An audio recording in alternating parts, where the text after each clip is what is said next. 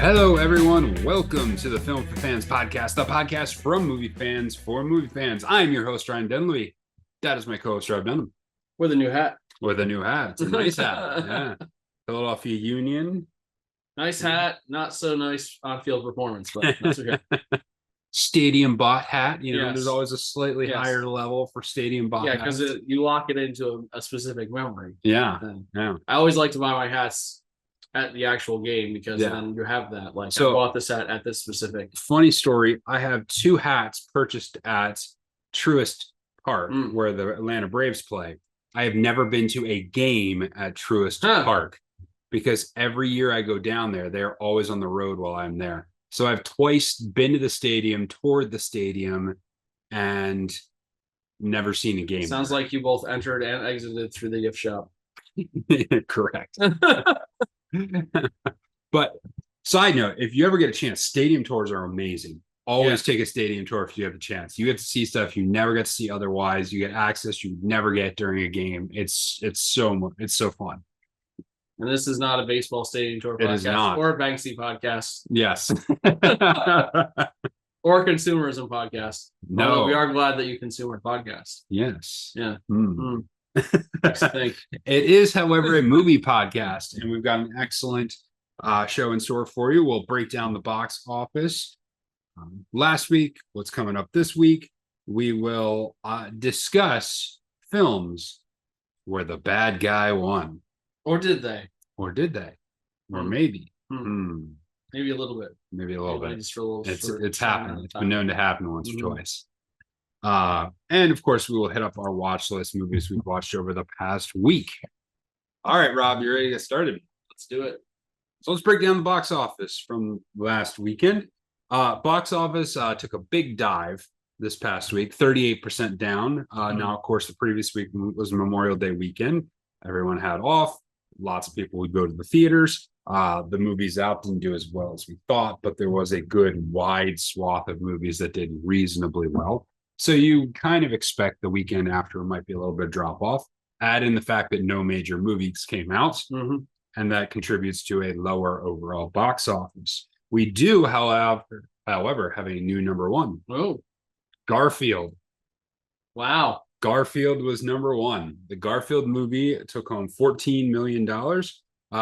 And the reason why it was number one, only a 41% drop off from week one to week two. So that is significantly lower than the average drop off. On the other hand, Furiosa, a Mad Max saga, did $10.78 million for 59% drop off. So that's a little higher than average, but still probably within the realm of average, but on the higher end of average. So it took a bigger dive than what you would average. I just think that this whole Garfield Furiosa thing is just an injustice against good movie making. I agree. I don't even have to watch the Garfield movie to make that statement. Funny thing is, and this is a new column on Box Office Mojo that I don't remember seeing before.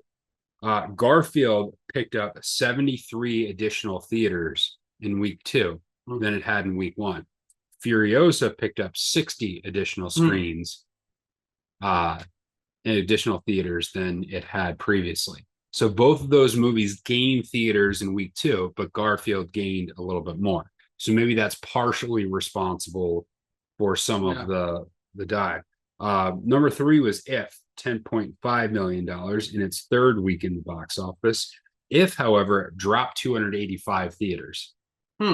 So it took a significant decline in the number of theaters that were showing the movie. However, it still came in third at 10.5. Kingdom of the Planet of the Apes did 8.9, really close to $9 million. In its fourth week in the box office, it dropped 100 theaters this week. That's not that surprising considering it's now been out for a month. The Fall Guy, in its fifth week, did $4.1 million. It has just now eclipsed the $80 million mark, dropped 129 theaters in week five. So it's still hanging on there. Yeah. But, and all the movies that we talked about last week that came out, the smaller movies debuted, none of them cracked anywhere close to the top 5. I think Yeah. the highest one was like the anime movie at number 7. Yeah. So none of them even came close to generating enough money. So that's one of the reasons why I saw a big box office drop. No surprise. Yeah.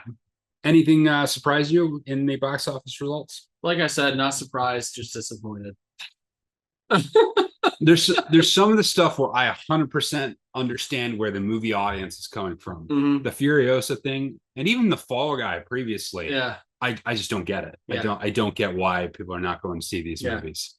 Yeah, I don't understand. People don't like good things, I guess. This is why we can't have nice Yeah. things. I mean, there's always been a classic thing with like good indie movies. It's like Mhm. you always complain that the movies don't come out that have interesting, unique premises, and then one Mhm. does, and you don't go to see it. Mhm. You know, so there's always that kind of indie critique.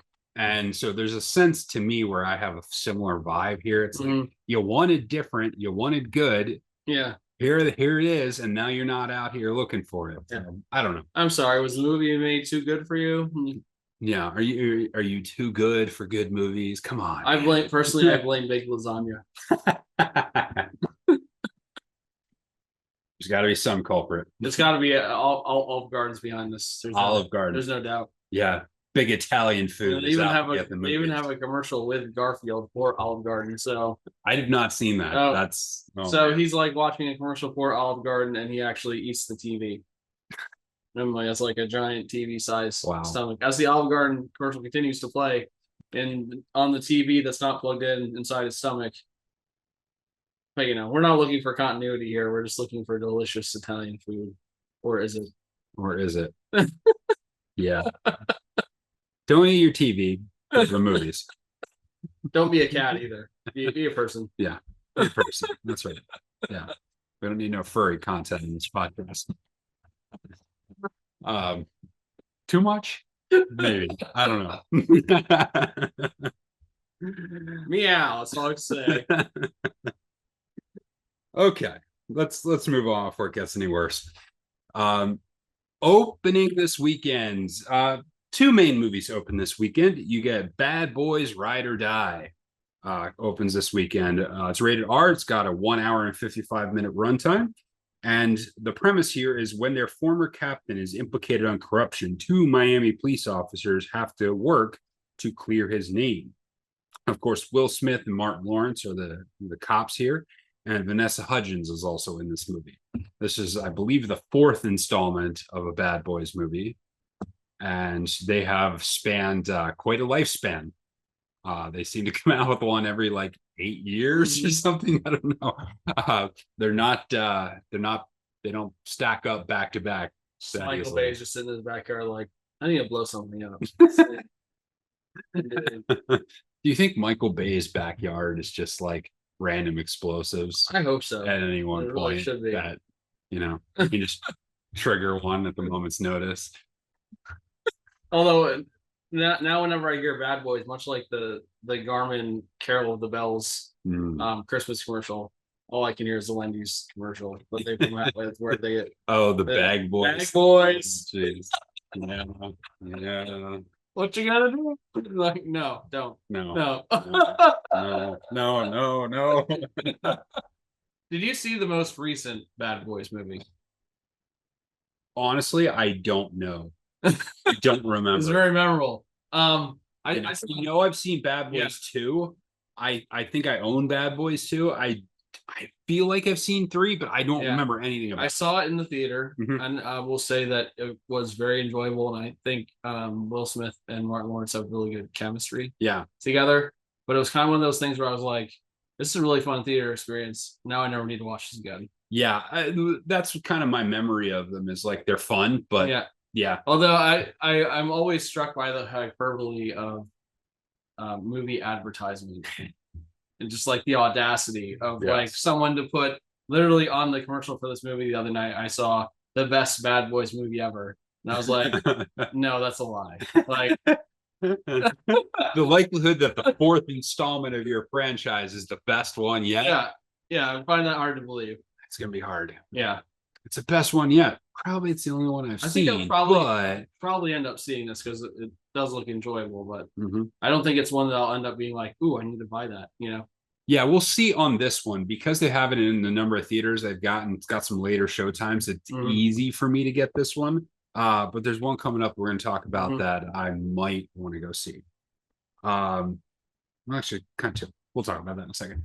The other big release this week is The Watchers. It's rated PG-13. It has an hour and 42-minute runtime. And this is a young artist gets stranded in an extensive, immaculate forest in Western Ireland, where after finding shelter, she becomes trapped alongside three strangers, stalked by mysterious creatures each night. Dakota Fanning is the main star here. Also, it's the directorial debut of Ishana Shyamalan, the daughter of M. Night Shyamalan, who is a producer on this film. So we've talked about it. It's remarkable to me that he now has a daughter old enough to direct movies. Yeah. But that's another story. Yeah. And she's the kid he wrote Lady of the Water for. Is now directing movies. Yeah. We are old. Yeah. This one is really intriguing. Rob is our resident horror guy now. I am a known horror not consumer.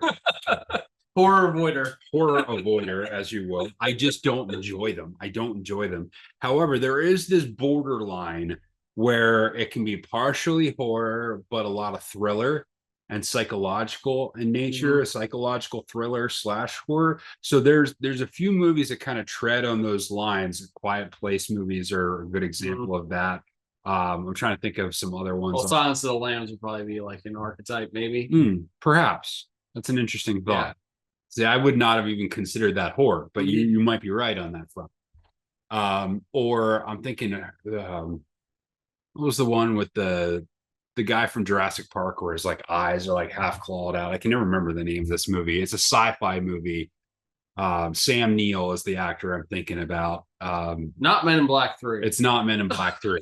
Anyway, it's a sci-fi movie from like the mid 90s that like starts out super sci-fi and then delves down into horror. It gets a little too horror at the end, but it's still like it's close enough. Or like Prometheus is another one, which I still feel like is probably a little bit more sci-fi. Yeah. But there's some movies that kind of bend the line a little bit, as you will. The latest Jordan Peele movie, Nope, was very similar. I think Guillermo del Toro is like popular for this too, kind of like also blending in fantasy into that equation. Yeah, so those movies I am much more inclined to see because I like some of the psychological horror things. Annihilation, another one that kind of bends the line in there. Although that director's been going more over towards the horror and less than the sci-fi, and I wish he would come back a little bit. But this movie kind of lands in that thing. So I know this one's high on your list here. Yeah, this has been one of the ones I've been looking forward to most for this year. And then I read the book, and I really like the book a lot, and I hope that they make the movie like the book. And I had this conversation. This might be a conversation to have, a general conversation at some point. Yeah. Because now that I've read the book, I want the movie to be like the book. But if I'd watched the movie first, would I want the book to be like the movie? So like, I think no matter which one you consume first, if you end up liking it, you're going to want the other one to be like it. So I think there's a great story in there if they stick close-ish to what the book does. Yeah. And I think the book presents a wide range of options when it comes to if it will tilt towards the horror end or the more thriller suspenseful end. Yeah. I do think with a PG-13 rating, you're probably more towards the suspense end of things, psychological, than you are gonna see outright people like getting chewed in half, etc. Yeah, for sure. And again, this is what I'm intrigued with. If it ends up landing more on the thriller suspense side, I will probably go see it because the premise is interesting. Shyamalan is, the M. Night has directed some movies I really like. We'll see if his daughter is in a similar vein or not. So there's some intrigue around this movie for me. So I'm actually going to wait till you see it, and then I'll use that as a gauge. I think based on the trailer, it seems like they have a lot of the same general vibe. Yeah, but we'll have to see when it comes to the actual movie. For sure. Because you can make a trailer do anything. You can. One last movie I want to mention. We've seen a number of anniversary releases in recent years, and there's one that intrigues me that's coming out this weekend. So far, I know that it's in Regal. I know that it is not in the other independent theaters around our area. So I'm not sure if it's being released just in Regal or somewhere else as well. But 25th anniversary release of Run Lola Run, starring Franca Potente, most notable for The Bourne Identity as the co-star alongside Matt Damon in that movie. But this is kind of a cult classic movie. This is kind of a late 90s foreign kind of film that took off in America and had a lot of it's got a lot of good vibes, and people remember this movie, and it was on the list that came up in 1999 when we did the 25th anniversary. Came up on a lot of lists as being one of the best movies of the year. I've never seen it. I hear it's great. I've never seen it. So and the plot here is, after a botched money delivery, Lola has 20 minutes to come up with 100,000 Deutschmarks. So it kind of seems like a very fast-paced, like quick action movie. Similar, I don't know if you've seen Premium Rush, that takes place over the course of like an hour and a half, 2 hours. So I think it's that short time frame, quick action type thing. So I'm intrigued by this because I've never seen the movie. Yeah, I haven't seen it either. And so knowing that it's going to be in theaters, I have potential of wanting to see this. The downside for me is with Regal, like it's only in the afternoons. The next few, like at least the rest of the weekend, it's only in the afternoons, and that might be harder for me to get to. But I would ideally like to see this movie. So we know you're going to see The Watchers, possibly going to see Bad Boys as well. I might even see Run Lola Run. I don't know. Yeah. I'm like a clean sweep this week. Yeah. Some interesting stuff. I haven't gone to watch in the last couple of weeks, so yeah, I've to go a few times probably. I've missed as well. I just haven't had time and schedule. But that's the box office update. So lots of good stuff to see out in theaters. If you haven't seen Furiosa, go see Furiosa. Come on, what are you doing? Yeah, go see it. Now we'll get on to our discussion. These are our discussion for the week. It comes from a thread I saw recently on the Twitter account All the Right Movies, and it was a list of films where the bad guy won. Films where the bad guy won. Of course, it is a known movie trope that the good guy always wins in the end, and that is a story that gives us lots of good feelings and good vibes as we exit the theater when the good guys prevail over the bad guys. But that is not the case in every single movie. Some movies have the audacity, as it were, to let the bad guy win. So before we get into some lists of movies where the bad guy won, what do you think what's the appeal of making a movie where the bad guy won? And kind of why don't we end up seeing more of them? So in order for the bad guy to win and for it to be effective, you have to create something that makes you want to see the bad guy win in some way. So it has to almost be not a straight up villain, but like a villain with some kind of reasonable or understandable motivation. Yeah. Because very rarely will you see a bad guy win and like that's the end of the story. Because even the ones I'm going to talk about and most bad guy wins stories, it's usually in the middle of the story and it's usually not the end. Because good triumphs over evil is like, I mean, you base it in any kind of religious expression or just general feeling. That's what most people tend to lean towards. It is the story we as humans gravitate towards the most, the triumph over evil. It is the one story that we really gravitate towards. So to throw that on its head really takes the right amount of skill as a director and you have to create it in such a way where the audience doesn't feel cheated by the story. So you have to set it up in such a way, which is why you will see this, and this comes up a decent amount when we talk about it. You see this a lot in the second parts of trilogies, because there needs to be somewhere for the story to go. And sometimes that means a good dynamic story, is not that straightforward. Sometimes the bad guys have their say, and there's a reason why they're bad guys, because sometimes they score victories and points. So you will see that a lot when it comes to trilogies, that the middle one in the series is darker in some ways. And I think you have to be, there's kind of a rule, like you can violate some standard rules of storytelling, but you can't do it all the time. And so I think very few movies can successfully pull this off. And that's why most of them don't try. Well, I think very few stories in general can pull it off. Yeah. Just because I think the bad character winning, like I said, violates a basic human principle that we seem to generally have, whether you want to call that a built-in ethic that some creative being maybe put inside of you. I mean, whatever you choose to believe, there's something inherently in our nature that we want good to triumph over evil. That's it. It is almost universal ethical law. It's like my 9 years of Bible college right there. He's not kidding either. I'm a master of theology, which means I don't know anything about theology. So that's what I learned.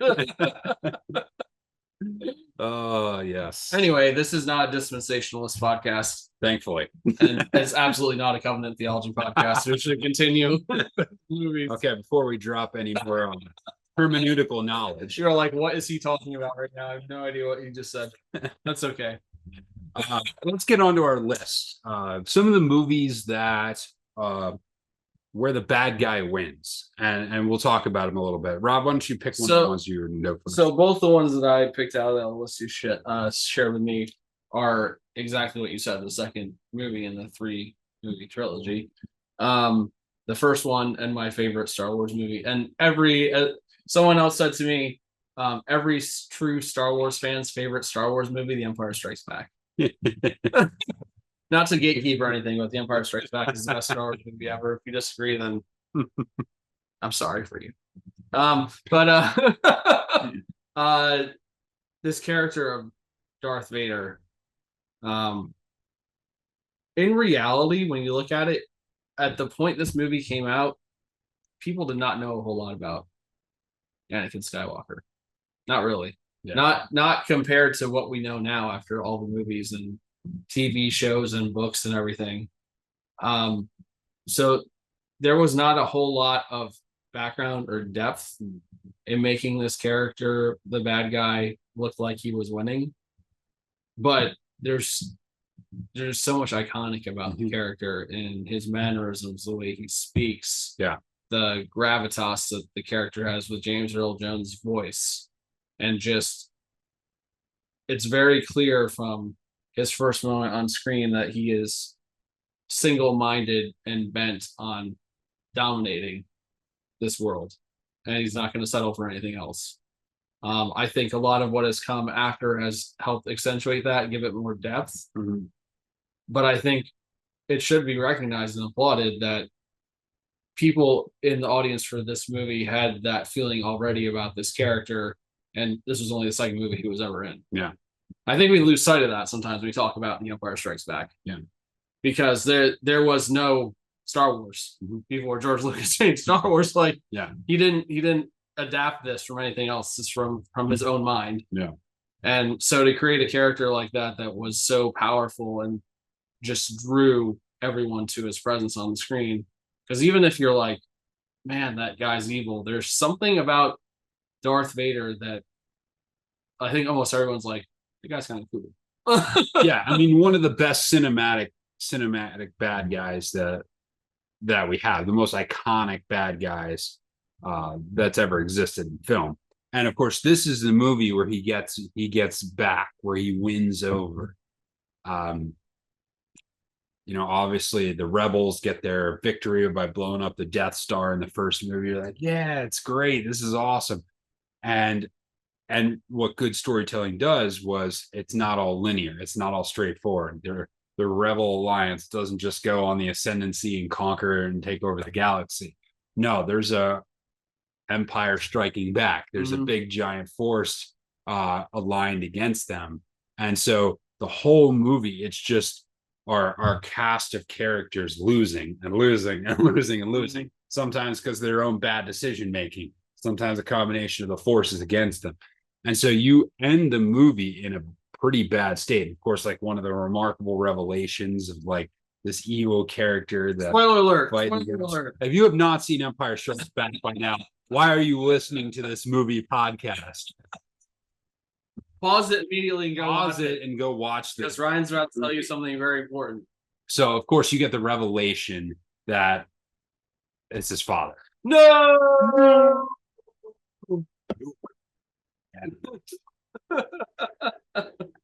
So he gets his arm chopped off. He finds out that Darth Vader's his father.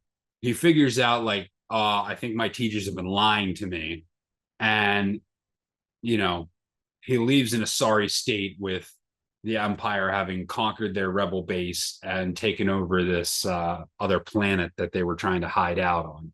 And so the whole thing just ends with losing for the good guys.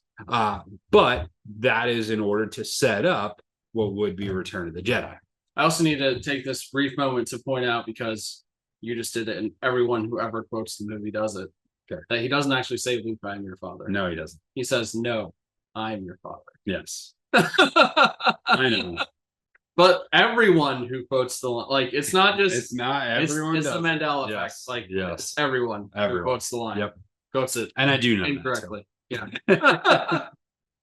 We just want to make sure we establish our credentials. Yes. We're serious business here. What do you got? Okay. So the first one I will pick is Arlington Road. Now Arlington Road is Jeff Bridges is in this movie. Tim Robbins is in this movie. We talked about it a little bit not that long ago on the podcast, but it's a movie about domestic terrorism in the era, like the pre Al Qaeda, pre 9/11 domestic terror or terrorism type things. So we're talking like Timothy McVeigh, Oklahoma City type era when it comes to domestic terrorism. But the main character, Jeff Bridges, has a degree in counterterrorism. His wife was actually the victim of homegrown terrorism. And so he's very bitter and hostile towards this. There's a really like jarring opening scene where he rescues a boy and then becomes friends with his neighbors. And then he starts to suspect that something with his neighbors is not as it seems. And as you go throughout the movie, like he becomes more unhinged in his quest of like, what's going on with my neighbors. And then he finds out that he is right in a crazy possible way. Because I know a lot of people haven't seen this movie, so I don't want to just fully give it away here. But Arlington Road has a crazy ending. I've still not seen this movie, so don't spoil it. Yeah. And so it's one of the movies where the bad guy wins, and the ending is really crazy. And it's one of the movies that where you just go, wow. Okay. All right. That was something. Yeah. And so it's kind of shocking, it's kind of jarring. But it's a movie that makes no hold barred about who won this. And the ending is so creepy. It's great. But you can't get away with that type of movie all the time. Mm-hmm. But it does it really well. It pulls it off really well. It leads you along. You get very engrossed in the story, and it goes from there. So it's really, really a solid movie where the bad guy wins. And I have not actually seen that, so I can't speak to it. Yeah. But from what you've said about it and what I've seen of it, it looks really good. I need to check it out. So Yeah. we'll talk about it. The Dark Knight. Yeah. Which is also the second in the trilogy. Yep. Again, my favorite of the trilogy that's a part of. Maybe I just like evil or bad guys. There's something about a story where there is a robust villain that makes the interactions between the main protagonist and a robust villain really good, where there's actual stakes. To have a movie where the bad guy, where there has to be actual stakes to it. And yeah. Yeah, I think I like you can't really have true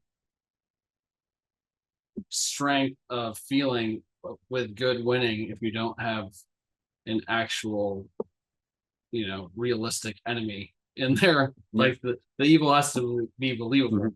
And the thing I think that sets Dark Knight apart is that the evil is not just evil. Like the evil is incredibly intelligent. Yeah.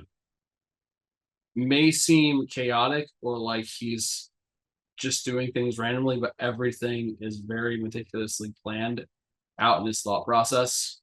The scene I think of immediately is when he goes into the card game and he's got the suit and the grenade inside of the suit. Yeah. And just like basically presenting the front that I have nothing to lose. I'll just blow us all up. Yeah.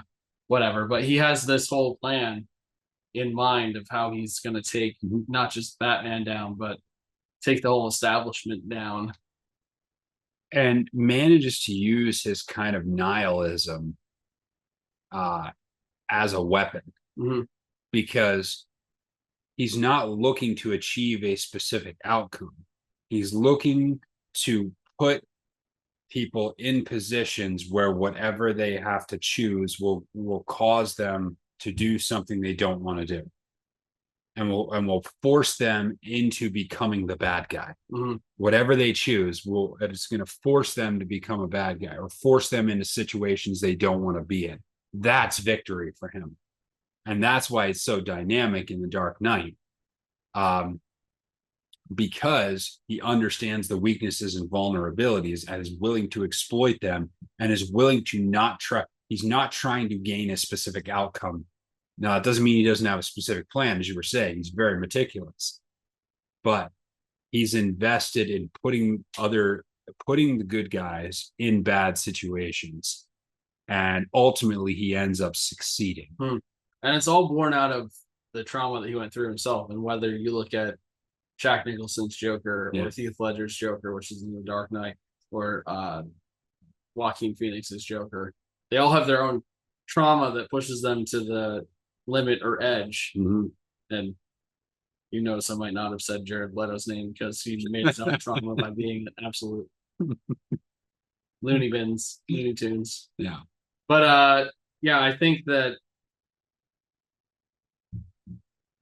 in some ways we empathize with the character because he's been forced through this crap or garbage himself to make him push him like over the edge into what he became. Now the question is, which did it really push him over the edge, or was he always trying to? Which is the interesting thing about Nolan's version of the Joker, because he doesn't give you the backstory. No, well, he gives a few different ones, right? And so just not really when you sure start to think it's this one, he gives you another Mm-hmm. story, and then he gives you another story. Yeah. So it's all part of that. So you don't get the same level of empathy for him.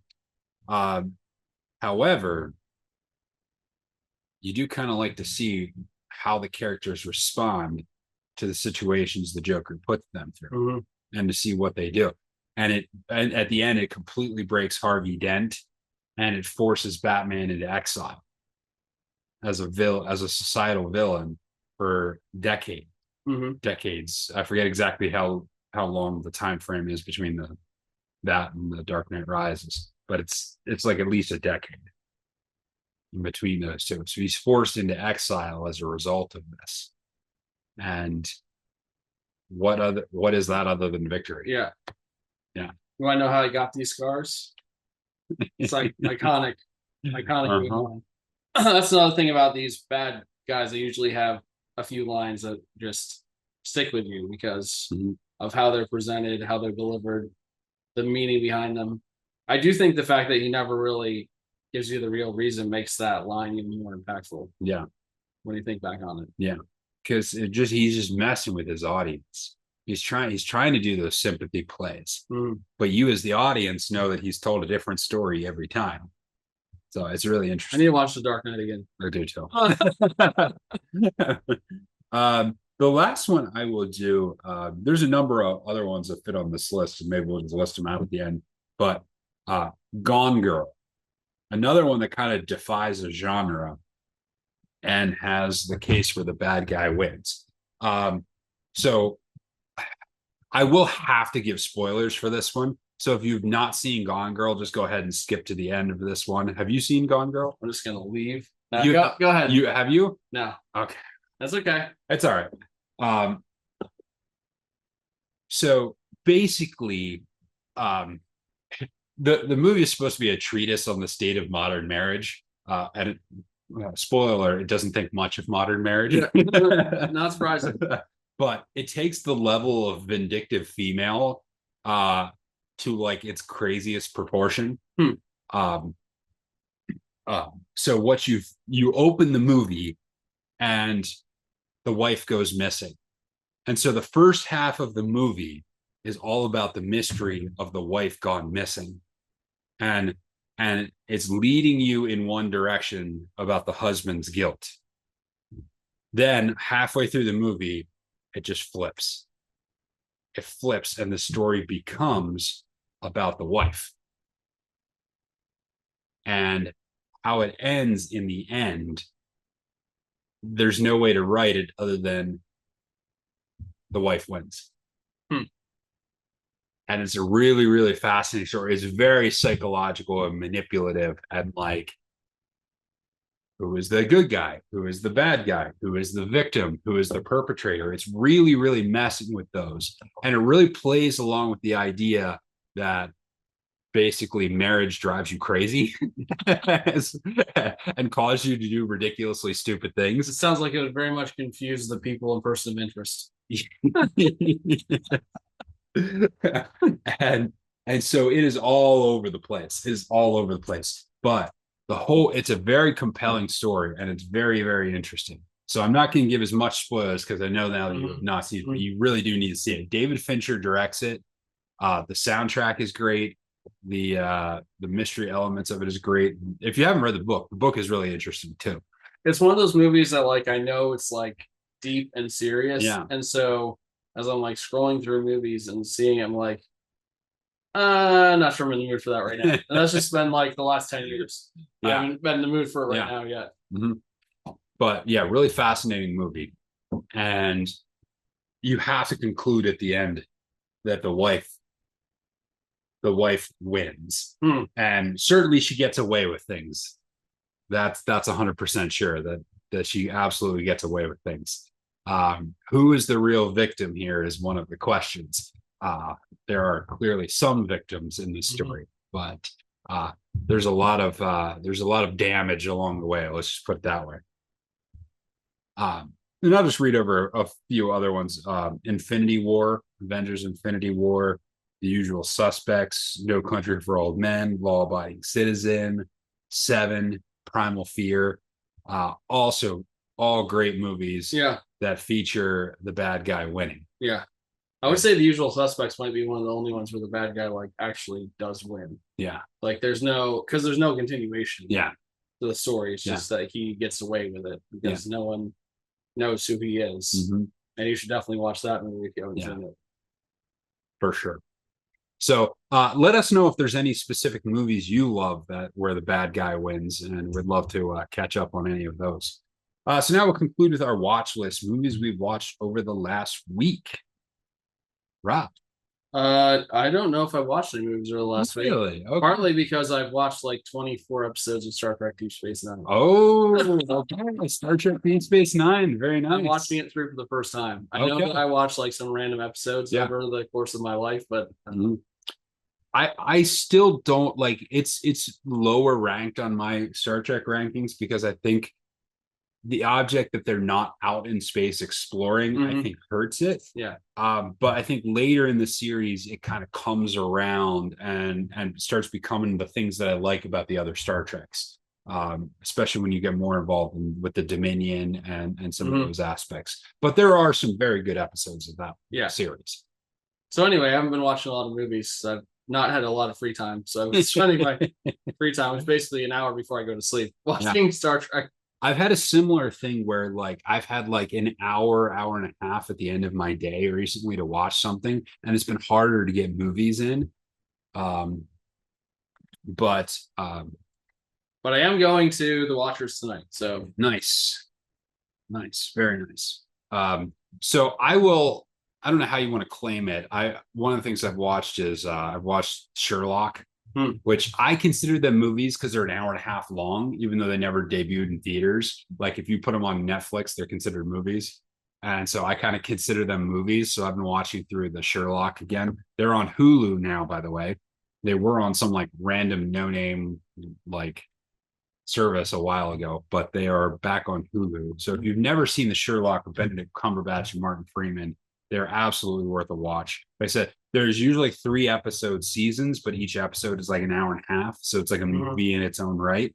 And the stories kind of have movie type arcs to them. And they're really, really well done. Some of the best depictions of Sherlock Holmes you will see. So I highly recommend Sherlock. Yeah, I agree with that. All right. That's the show. Thank you, everyone, for tuning in to Film for Fans. Make sure you visit filmforfans.com, like, subscribe, tell your friends, all that good stuff, and go to a stadium and take a tour. And go watch Furiosa. Go watch Furiosa. And don't watch Go Garfield. Yeah, come on, man. If you have to take your 7-year-old to see Furiosa, you do it. I'm so mad that I can't even speak correctly. Actually, don't take your 7-year-old to Furiosa. Probably not. No. Don't do that. No. We don't recommend that. We don't like crying in the theater. No. And that's really the only reason. All right. Until next time, enjoy the movies.